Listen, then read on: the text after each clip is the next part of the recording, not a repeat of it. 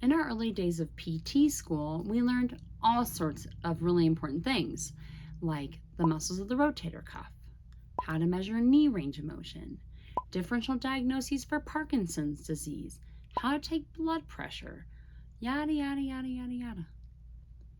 Yet somehow I think I missed a lecture on normal pee, poop, and sex habits. Oh, wait. I don't think we talked about that, but boy, did we talk about the lateral geniculate nucleus. Hi, I'm Becky. Welcome to Wellness in the Pelvis. I'm a pelvic floor physical therapist and a mom, and I'm here to help you understand more about your body, especially when it comes to your pelvic health. Today, we're going to talk about what's normal with pee, poop, and sex, the three big parts of my job. So move out of the way, lateral geniculate nucleus, and let's shed some light on what's going on down there. My patients come in all the time with their own perception of what normal or abnormal is for their pelvic organ health. To be fair, our culture doesn't really support having healthy relationships with ourselves with this part of our body and to talk about it with other people about this part of our body. I mean, how often are you going to just talk to some random stranger on the bus about what color your poop looked like today? I mean, if I were the stranger next to you on the bus, I'd love to hear about it, but most people probably don't. Then people come into my office really worried because they think that something that they read online or that they heard from someone else is different from their habits, and they assume that then it's probably bad. Well, the good news is there's a wide spectrum of what normal is when it comes to pelvic organ health. In this part of my life, I'm probably pretty normal, although my mom did always say I was very special. I wonder what she meant by that. In general, if you aren't having pain with pee, poop, and sex, and if you're able to keep things in when you want them to stay in and let things out when you want them to stay out, you're actually probably doing well. But let's clear up the air a little bit and talk about some specifics for these three different topics about the general normal, remembering that this is a spectrum and even everything that I'm saying today might not be true for you. However, if you're not sure, ask me in the comments below, or of course, go talk to your doctor or your pelvic floor PT. They'd love to have these kinds of conversations with you, even if you were sitting next to them on the bus. All right, so let's talk about peeing. What's normal for peeing? The number of times that someone goes to the bathroom is typically between 6 and 8, although anywhere between 5 to 10 is, I would say, within normal limits.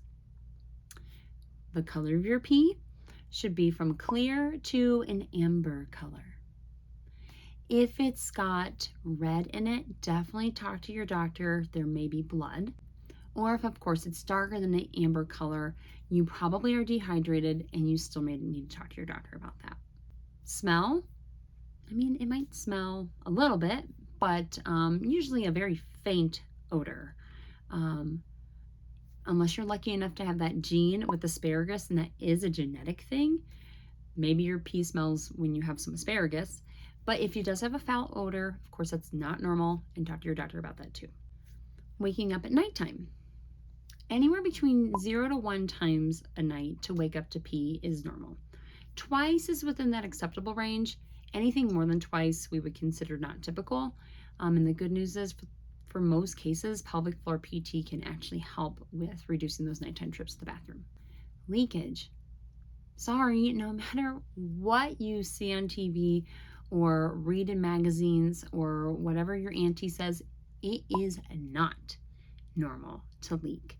I don't care if you are laughing and jumping with a full bladder, it's not normal to leak. You need to come talk to us about what the heck's going on with your pelvic floor. We can get that better. You don't need to have to cover that up with wearing dark pants or squeezing your legs together every time you have a cough coming on. Leaking is not normal. Leftover pee. Sometimes I'll have patients come in and say, I feel like I empty when I pee, but then I go back 10 to 15 minutes later and a little bit more comes out. That's actually pretty normal.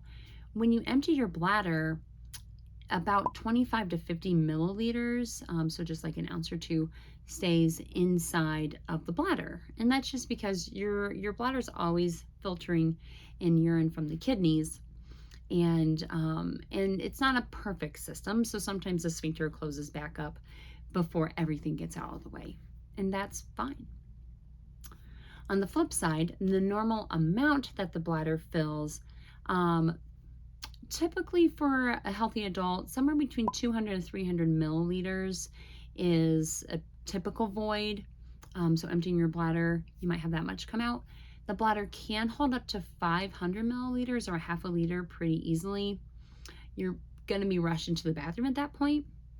The bladder is capable of filling way more than that, but usually that's because there's some sort of blockage or infection or a neurological disease or something happening like that. So, you're probably not going to measure how much you pee, but typically you'll find that you're going to empty your bladder somewhere between 10 and 20 seconds. If it's less than 7 seconds, you probably didn't need to go yet. And if it's more than 20 seconds, you probably should have gone a little bit sooner. All right, next let's talk about poop. What are normal bowel habits like? So number of times a day, this is one of the top questions I get in my office. How often should I poop? What's normal? I poop once every other day, and then my boyfriend poops 3 times a day. Which one of us is wrong? Neither one of you is wrong. It's a whole spectrum. Pooping is anywhere from 3 times a week to 3 times a day is considered within normal limits. So if you're going every other day or every couple of days, totally fine. If you go after your coffee, then after your breakfast, then after your lunch, totally normal too. It's also normal to have to go after you eat. There's a chemical process that happens when you start eating. As soon as food hits your mouth, it stimulates the whole digestive response. And this response is called peristalsis.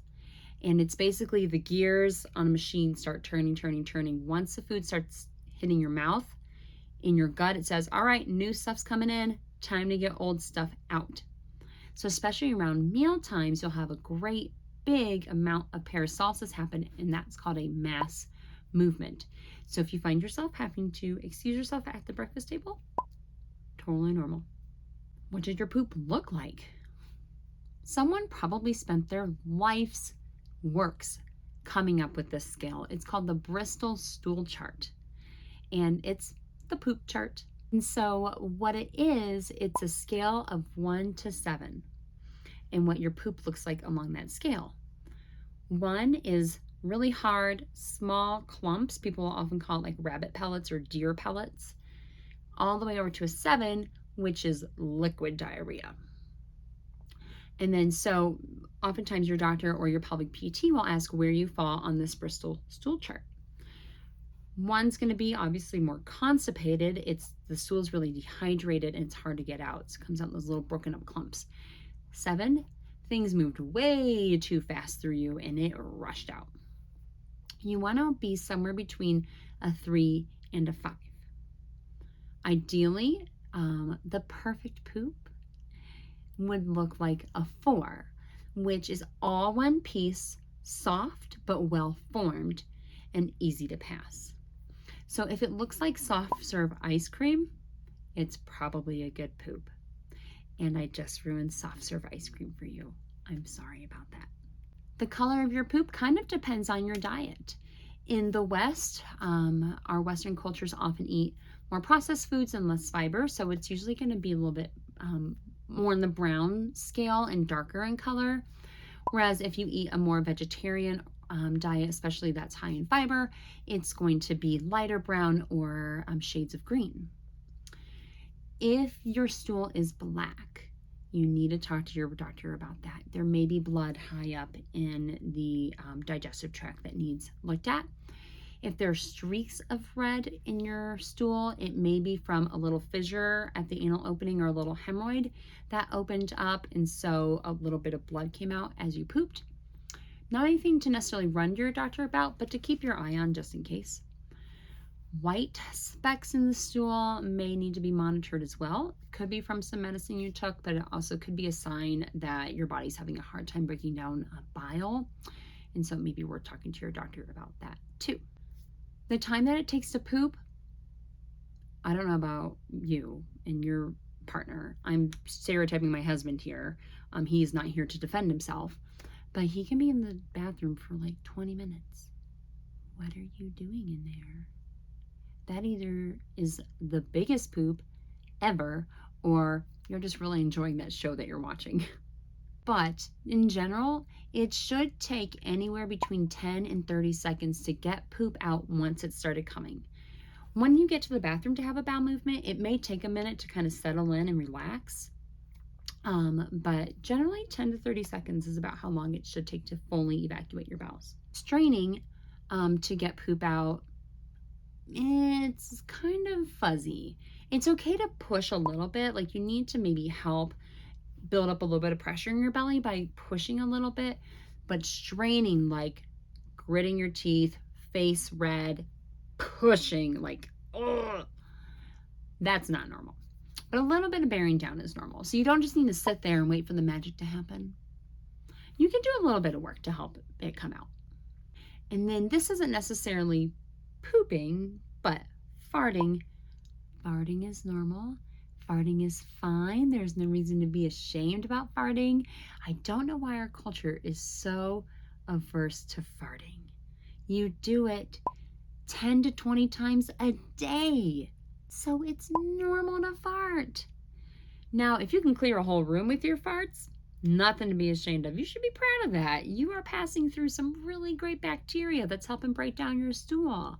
If anything, whenever you hear a loud fart, you should say, "The bacteria are saying we're making poop and this is awesome." This may be why I don't have many friends. Okay, the big kahuna here, people. Let's talk about what's normal with sex. I'm so sorry. I'm going to burst the bubble right now. The spectrum for sex and what's normal is so big, it could probably go around the planet in the solar system like 100 times. There's no wrong way for you to have sex. So I'm just going to give some statistics about some averages or some common things with sex. But if you are happy with how you have sex, then it is right. Here's the thing. The average size of an erect penis, it's not 12 inches. First off, no woman wants that anyways. The average erect penis is 5.1 inches. And that's plenty. You can get plenty of work done with that, okay? In contrast, the average lengthened vagina during intercourse, and yes, your vagina gets longer during intercourse, but the average length for a lengthened vaginal canal when aroused is 4.75 inches. So you do the math. Lengthened penis, just over 5 inches. Lengthened vagina, just under 5 inches. I'll have women come into my office saying that intercourse hurts with deep penetration, and we'll have a whole other video on this, but he may be hitting your cervix, and that hurts. So pay attention to that. You may need to try some different positions. That way that barrier does not become a problem. On average, penetrative intercourse lasts somewhere between 7 to 13 minutes. So the quickie is actually the normal. This doesn't include foreplay or any intimacy after orgasm, but in general, 7 to 13 minutes is all y'all need. Positions, I mean, there's countless, right? And again, there's no normal. Whatever positions you and your partner like are perfect. But the top 3 are missionary, cowgirl, and coming in at number 1, doggy style. So there you go. Those are kind of the top 3 that people like. My Karma Sutra book apparently is much smaller than some of the other ones out there on the market. Orgasm. It is totally normal not to orgasm, especially if you're a female and especially if it's vaginal penetration. 75% of women cannot orgasm with vaginal penetration alone. We need clitoral stimulation to help activate all those nerves and get all those hormones going. And lastly, I really want to clarify this concept of being turned on. This isn't necessarily normal versus abnormal, but I do want to differentiate. There is a difference between desire and arousal. And so many people tell me, I have a hard time getting turned on. Well, what does that mean to you? That can mean so many different things. And so I want you to understand that it may be normal for you to feel desire, which is in your mind, the interest in having intercourse. But you may not feel aroused, which is the physiological change that happens inside the pelvis, whether it's the vagina getting longer and lubricated or the penis becoming erect. That physiological change is what arousal is. Or you may feel aroused, it's like, oh my God, I feel like I could do it right now, but now is not the time. I do not want to do it. So you don't feel desire. It's normal to kind of have a little fight between the two, between being aroused and feeling that sexual desire. So if that's you and you feel like you have a hard time getting turned on, whatever that means, that's kind of normal. The brain and the body have to be on the same page. There's a lot of great resources out there about how to understand that concept more and ways to overcome that. My favorite book, which I consider to be one of the Bibles for understanding sexuality and penetrative intercourse, is a book by Emily Nagoski, and it's called Come As You Are. It has changed my life. It has changed many of my patients' lives. And if you are trying to figure out more about what's normal with sex, I highly recommend this book, male or female. So what questions do you have? Do you also feel like your mom has called you special instead of normal and are wondering why, But your pee, poop, and sex habits are normal? Great. Let me know what questions you have, though. Don't worry about that like or subscribe thing. It's not really my thing either. I'm just here to help you understand more about your body. If that's something you're into, watch more videos. Thanks for coming. We'll see you next time.